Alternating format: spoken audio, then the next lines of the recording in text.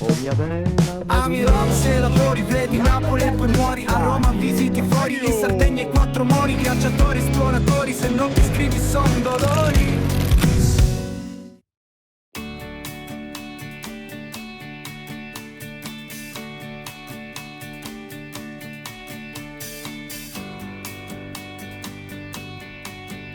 L'area archeologica di Sant'Anastasia a Sardara è proprio all'interno del centro abitato, circondata dalle case.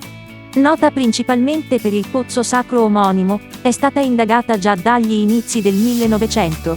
Sotto il pavimento di una capanna sono state rinvenute 7 canalette disposte a ventaglio, coperte da lastre e rincalzate con ciottoli e pietrame, convoglianti l'acqua della sorgente nel canale collettore in muratura che sfocia alla base della camera del tempio a pozzo.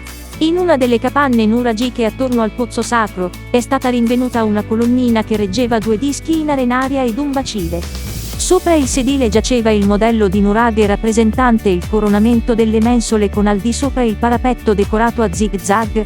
Gli archeologi misero in luce, oltre ad un grande pozzo, 2 pozzi sacri ed un pozzo votivo, quest'ultimo all'interno della chiesa dedicata al culto di Sant'Anastasia, mentre un pozzo sacro venne parzialmente scavato nel 1976 in occasione di lavori pubblici. L'ultimo che si estende sotto la strada. Si presume che verrà scavato quest'anno. Il primo pozzo sacro è realizzato con blocchi di basalto e calcare, è costituito da un atrio con sedili parzialmente lastricato, da una scala di 12 gradini protetta da uno stretto corridoio e da una copertura a piattabanda degradante, nonché da una camera circolare con copertura a tholos,